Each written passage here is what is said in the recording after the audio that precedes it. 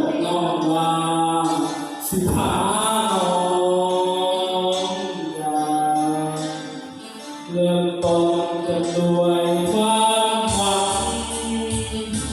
แต่ก็พังถึงความเป็นจริงฝันเอาไว้ที่ปลายฟ้า